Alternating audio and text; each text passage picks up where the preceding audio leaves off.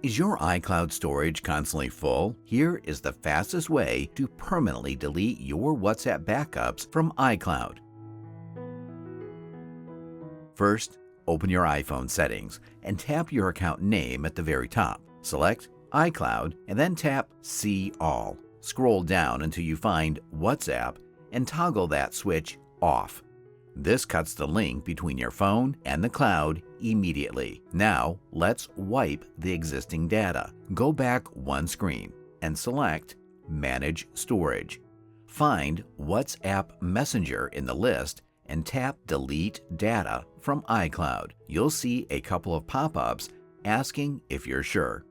Tap Delete and then select Permanently Delete. Just like that, your cloud history is gone. Finally, let's make sure it stays gone.